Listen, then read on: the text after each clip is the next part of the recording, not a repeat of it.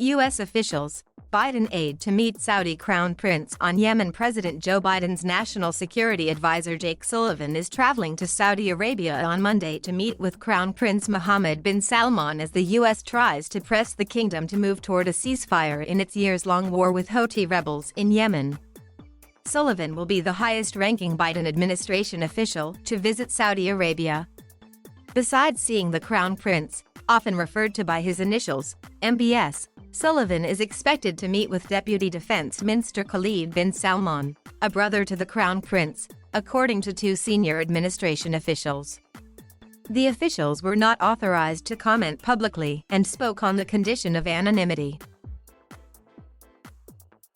The Biden White House has largely steered clear of the Crown Prince since making public in February a CIA report that showed MBS likely approved the killing of Washington Post columnist and Saudi critic Jamal Khashoggi in a 2018 operation at the kingdom's consulate in Istanbul. But the White House has resolved that bringing an end to perhaps the world's most complex conflict can't be done without engaging with the most senior Saudi officials face-to-face, one senior administration official said. National Security Council spokesperson Emily Horn said Sullivan was traveling to Riyadh on Monday and would also visit the United Arab Emirates, a Saudi ally in the war, but did not provide additional details. Sullivan is being dispatched at a moment when the situation in Yemen, the Arab world's poorest country, has further deteriorated. Fighting has intensified in the key city of Marib, as Iran-backed rebels have sought to oust the Saudi-backed government from the oil-rich city in the country's north. The new UN Special Envoy to Yemen, Hans Grundberg, recently declared that the country is stuck in an indefinite state of war and resuming negotiations to end the more than 6-year conflict won't be easy. Yemen's war began in September 2014, when the Iranian-backed Houthis seized Sana'a and began a march south to try to seize the entire country.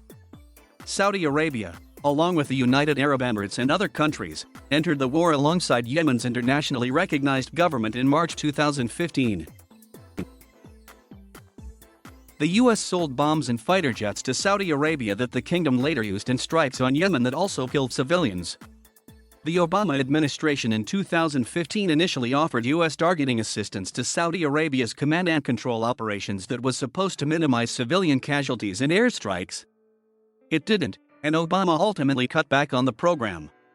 Under President Donald Trump, targeting assistance continued, although his administration later stopped U.S. refueling operations for Saudi jets. Biden announced weeks into his administration that he was ending all American support for offensive operations in the war in Yemen, including relevant arms sales.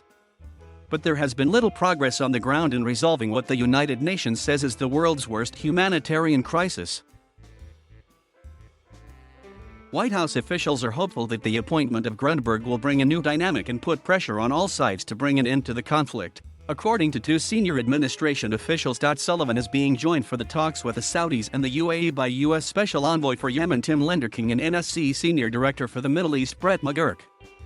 Defense Secretary Lloyd Austin planned to travel to Saudi Arabia earlier this month while he was in the region but postponed due to what the administration said were scheduling issues.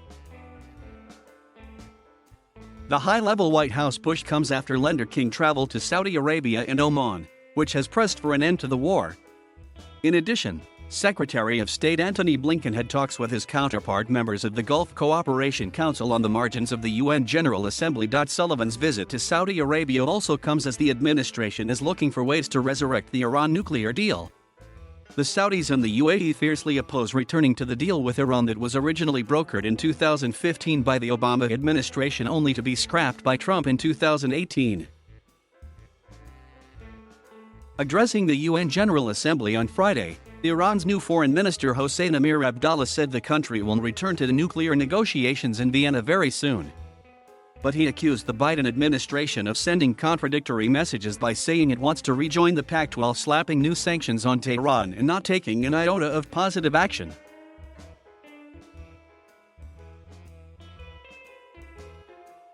Thank you for watching.